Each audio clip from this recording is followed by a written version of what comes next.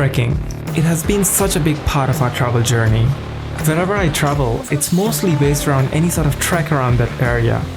It's such a mindfulness activity that sometimes you're just walking by yourself for hours and hours, or sometimes you're walking in a group and you're in this deep conversation with people you're walking with, or sometimes you are in this deep conversation just with yourself. But of course, with all this trekking and all that, there's not always ups in that journey. There's so many downs as well. And sometimes you're like, why am I doing this? It's funny how something can cause so much suffering and it can go wrong. And it does go wrong sometimes. But then we try to do it again and again and again.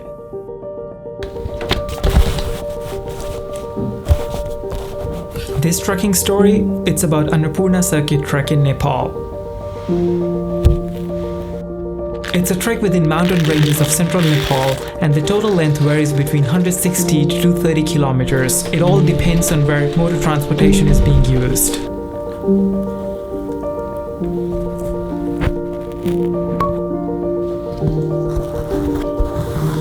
The trek crosses two different river valleys and encircles the Annapurna Massif. Annapurna Massif is the range of mountain in northern central Nepal that includes one peak which is 8,000 meters, 13 peaks which are over 7,000 meters, and 16 peaks which are 6,000 meters. It was cool, it was fun, it was hard. It was an absolute adventure. I mean, you see things which you didn't even know that it existed, and you experience things which you were like,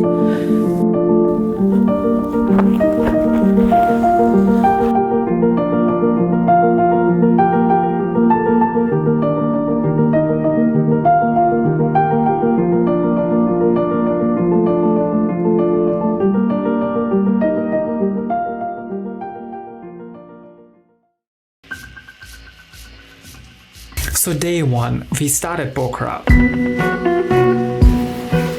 So we got this bus from Pokhara. The plan was to reach to this place called Tal by end of that evening. And Tal was, I think, about 250 kilometers from Pokhara. But then the problem was the bus could only get us to this place called Besisahar, which is 200 kilometers. We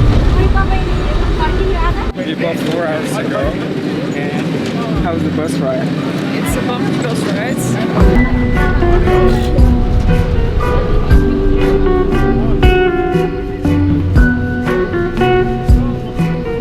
So it's our first stop in, what's it called?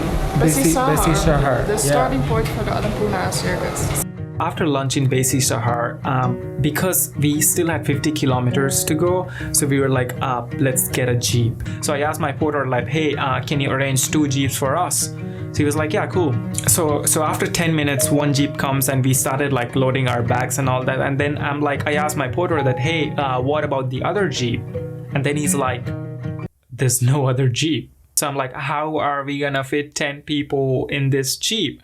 And then he's like, oh, we stand in the back. It was a freaking insane ride. There's a room for just 6 people. But then we were fitting 10 people in that small jeep.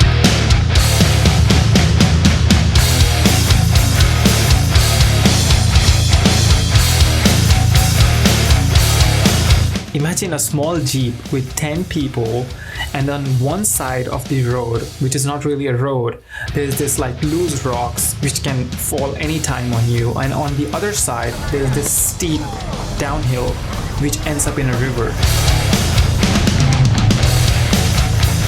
Yeah, we thought that we kind of made a bad decision. How was this ride? It's fun. It's crazy bumpy. We just had ride. so much fried rice.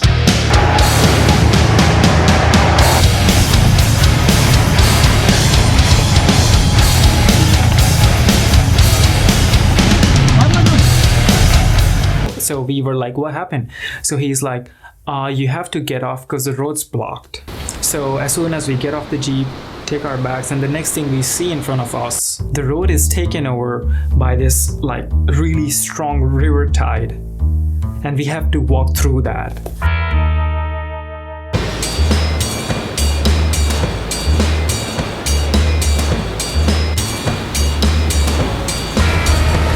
Oh feet goes like crazy. Oh, and the power of the water was so strong, like you couldn't, if you had to walk, your other feet was almost going away from the water. Whew. But we survived. Intense. We have to take off our shoes. Just first step. And this is the first step. Yeah, it's like literally our first step. And we have to do like 12 more days of this.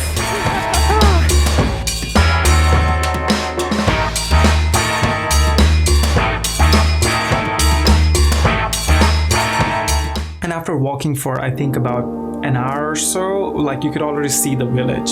So we're going to stay tonight in that village, and I think it's 15 minutes walk from here.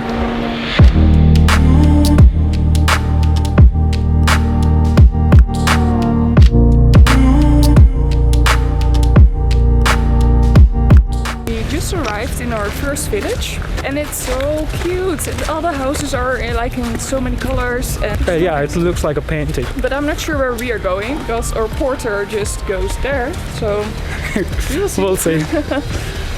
But it looks really quiet because I think it's like off season, so there's not many people. They have a supermarket here. Namaste. And as we reached our guest house, the next thing we see next to our guest house is like this two beautiful waterfalls. I was like, I'm gonna take my drone out now.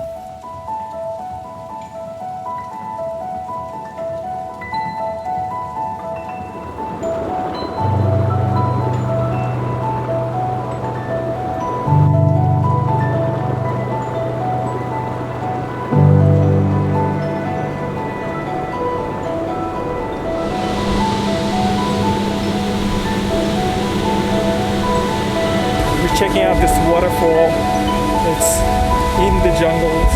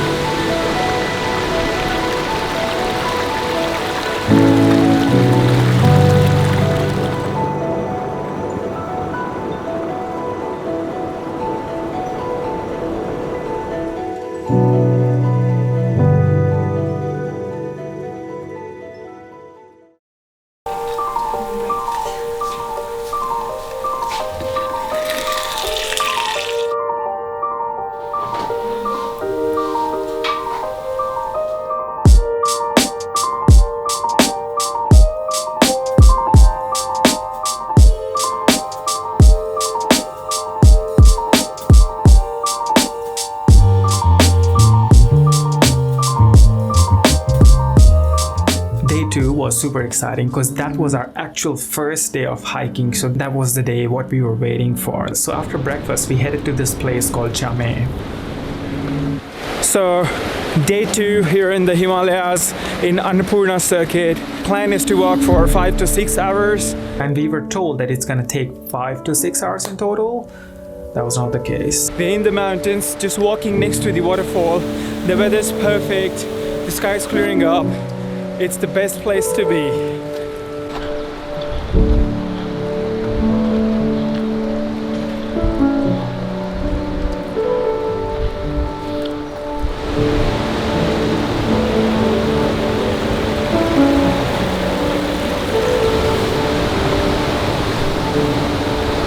Also, if you're doing Annapurna trek, you're gonna come across these things so many times. It can be like the most adventurous, the most fun thing that you've ever done, or it can be like the most terrifying thing, trust me. If you look down, the suspension bridges.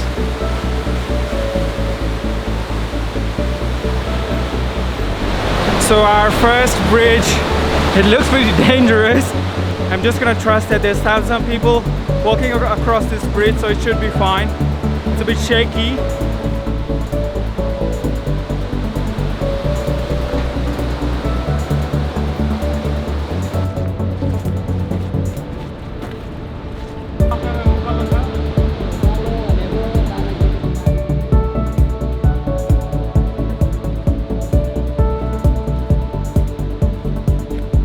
We're walking through dry lands and then we see a lot of water rushing on the road. So we went closer and we discovered that it's a waterfall. So what we have to do now take off our shoes, keep walking. So we just took off our shoes because we have to cross this waterfall. I hope my camera doesn't get wet.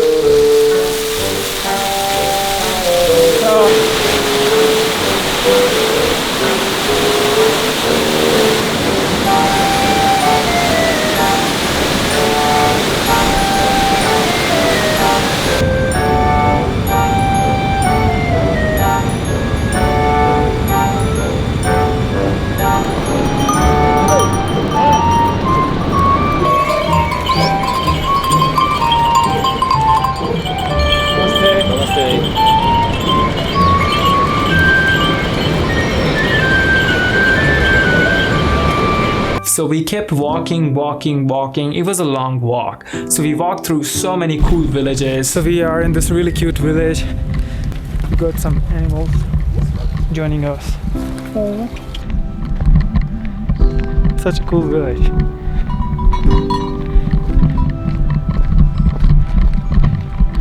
The waterfall just became casual. It was just there all over the place.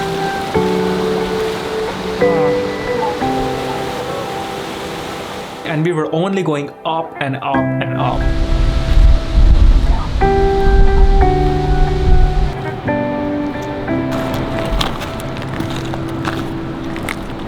We're going more high, so it's like all steep slope. Just climbing the stairs for, I think we've got 1 more hour, and then we've got flat.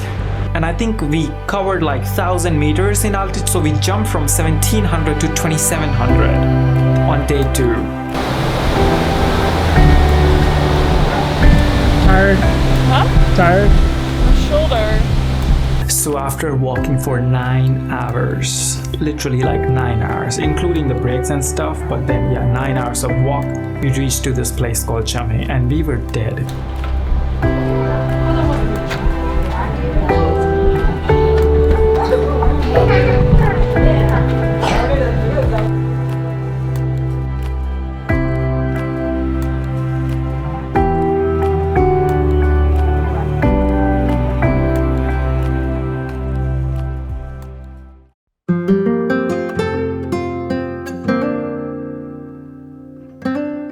It's day 3 from the Annapurna Circuit and we are going to Pisang today. So day 3, our destination was Pisang. So we packed our bags. I think it was around 7:30 in the morning. We packed our bags and we headed on the trek again.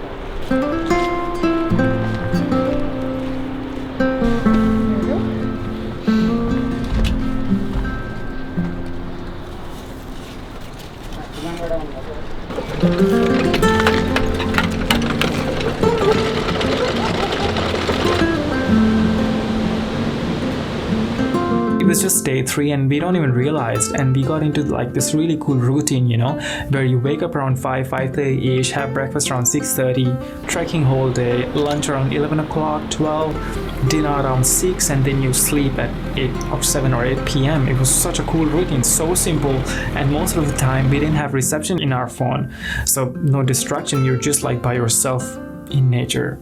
Best thing, man. So we just stopped for a short break, whole team. It's our first break. We're having the peanut bar. So good. I think we've got 5 hours to walk at least.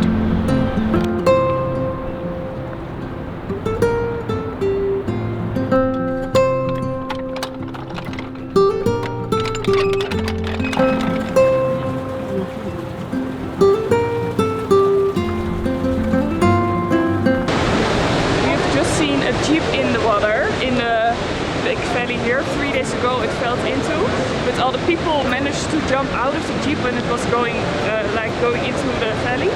But oh, it looks... Yep, we found a Jeep down in the valley. I think the accident happened 3 days ago, but nobody died, so that was good. But yeah, it's the roads in mountains, it's just crazy, and anything can go wrong. Anything, landslides, anything. Look at the roads, it's just so dangerous, like one wrong step and then you're gone.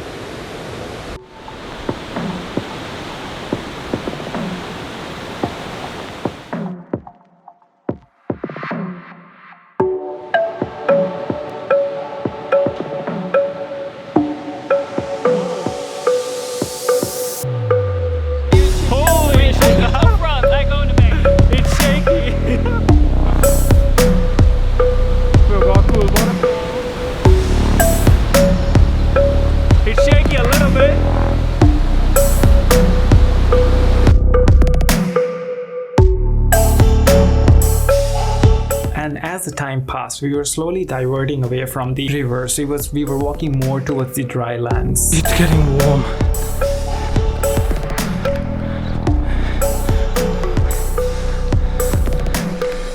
This is the real climb, and I think we would end up today in 3,000 something meters.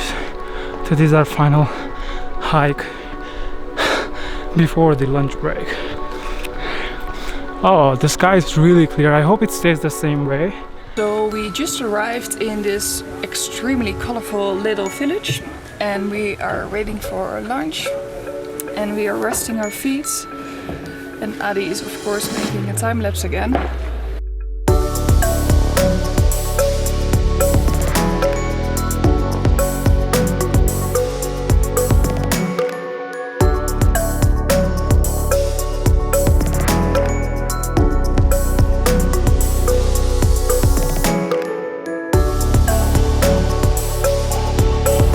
The weather was good, it was sunny, but we still had like some clouds on our left hand side. So we couldn't really see what's behind the clouds, and there was a point where the clouds cleared up a little bit, and then you see like this tall mountain, and that's Annapurna too.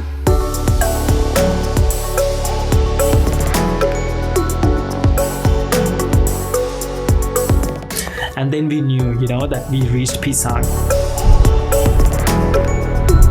So Pisang is a very cool, very little, small, cute village.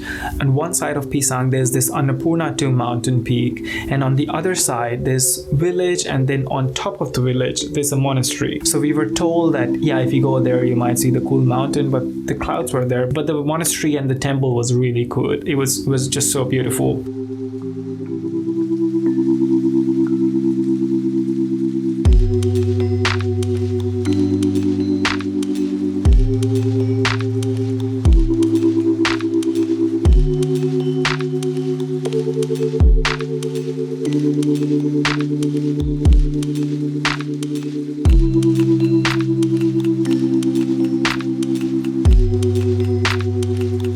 After coming back from the temple, it was almost evening, and while this whole thing is going on, this thought came in my head. Us, people who want to make money, want to make a living, we always want to migrate to the big cities to live those fancy modern lifestyle, to make a living. And once we make a living for ourselves, we sort of want to discover more sort of places like this, the place where lifestyle is super simple, super basic. And once we come to this place as a tourist, we get so much fascinated by all their practices, their rituals, their culture, everything. And then we think that maybe that was the way, how it should have been, the simple way, or maybe not.